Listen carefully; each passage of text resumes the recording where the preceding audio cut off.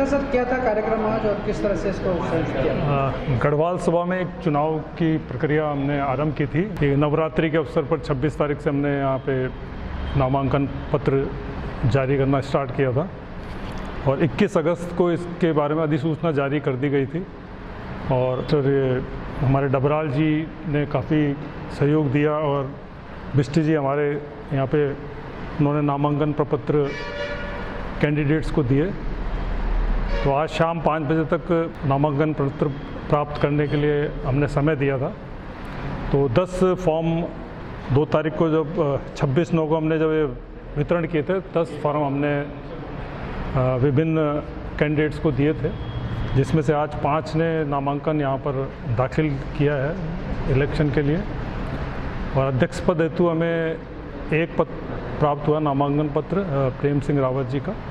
और अध्यक्ष पद के लिए जीपी कुकरेती जी का नामांकन पत्र प्राप्त हुआ और महासचिव के लिए प्रेम सिंह रावत जी का पत्र प्राप्त हुआ है। और 2 प्रपत्र जो नामांकन प्रपत्र हैं उपाध्यक्ष पद हेतु प्राप्त हुए हैं, रेवत सिंह जी का और बुद्धि प्रकाश सती जी का। कोषाध्यक्ष पद हेतु नरेंद्र हिंदवान जी का हमें नामांकन पत्र प्राप्त हुआ है।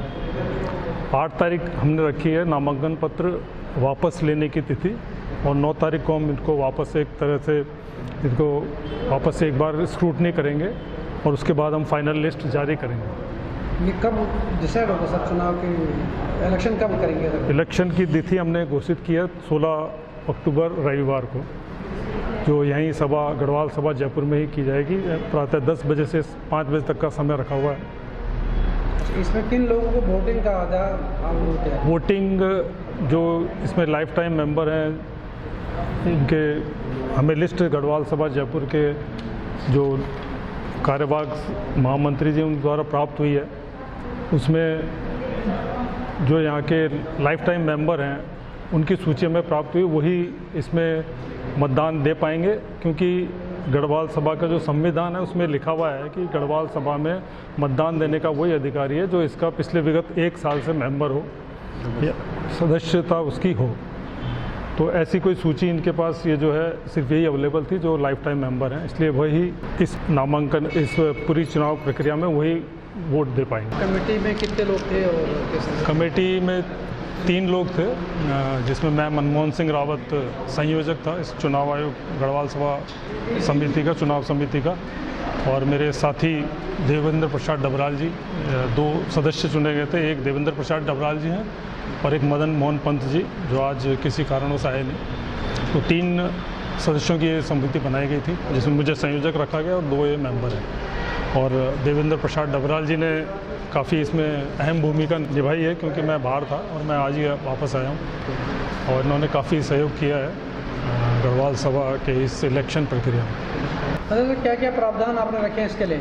इसमें गढ़वाल सभा में जो है हमने उम्मीदवार के लिए अध्यक्ष और महासचिव के लिए 5,000 रुपये नॉन रिफंडेबल राशि है जो उसको नामांकन के इसमें जमा करानी है, वापस देनी होगी। बाकी शेष पदों के लिए कोई नामांकन शुल्क नहीं है।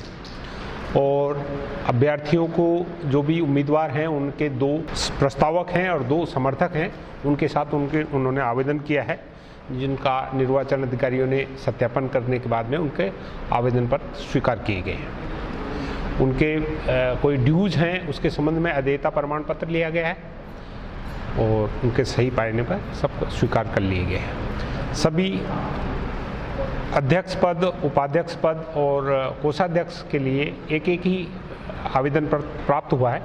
केवल उपाध्यक्ष के लिए 2 आवेदन प्राप्त हुए हैं, जिन पर 8 तारीख को वापस लेने की तिथि है।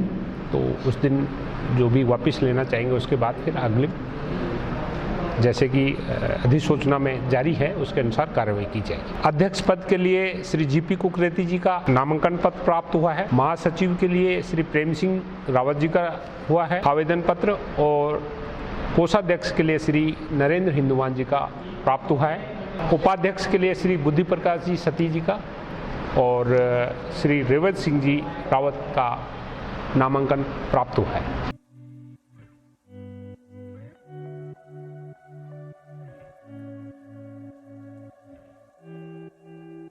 सर बताएं किस तरह से देखते हैं आप इस चुनाव को? यूँ तो समाज में चुनावों की एक बहुत अहम भूमिका होती है। जब भी चुनाव होते हैं हमारे सभी सदस्य जागरूक हो जाते हैं और अपनी अपनी भूमिका अपनी अपनी जगह पर चुनावी माहौल तैयार होता है, एक दूसरे से बातचीत होती है, कौन किस पद पर आएगा, कौन किस पद पर आएगा। तो ये जो माहौल ये एक चुनावी उत्सव की तरह होता है जब सभी सदस्य जागरूक हो जाते हैं और कहीं ना कहीं टीम होती है, कहीं ना कहीं विचारों में आपसी मेल होता है, मतभेद होता है। जब ऐसी बातें जब समाज में होती हैं तो ये आगे आने वाले भविष्य के लिए बहुत ही बढ़िया होती हैं। इससे नए विचार, नई कार्यशैली, नए लोग वे आते हैं और समाज में हमेशा प्रग्रेसर उत्थान होता है, प्रगति के पथ पर होता है।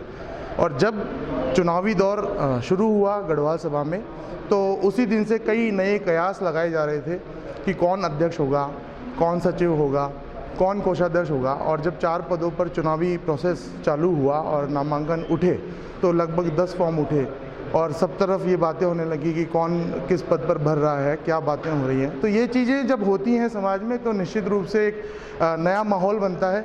वैसे तो सारे इवेंट हम लोग करते ही रहते हैं गढ़वाल सभा की, रक्तदान शिविर हो गया, बच्चों को प्रोत्साहन हो गया, और भी हमारे जो सांस्कृतिक विचार चलते हैं, सांस्कृतिक कार्यक्रम होते हैं, उन चीज़ों में कार्यक्रम होते रहते हैं। लेकिन जब चुनावी दौर आता है तो एक नई ऊर्जा, अलग ऊर्जा देखने को मिलती है समाज में।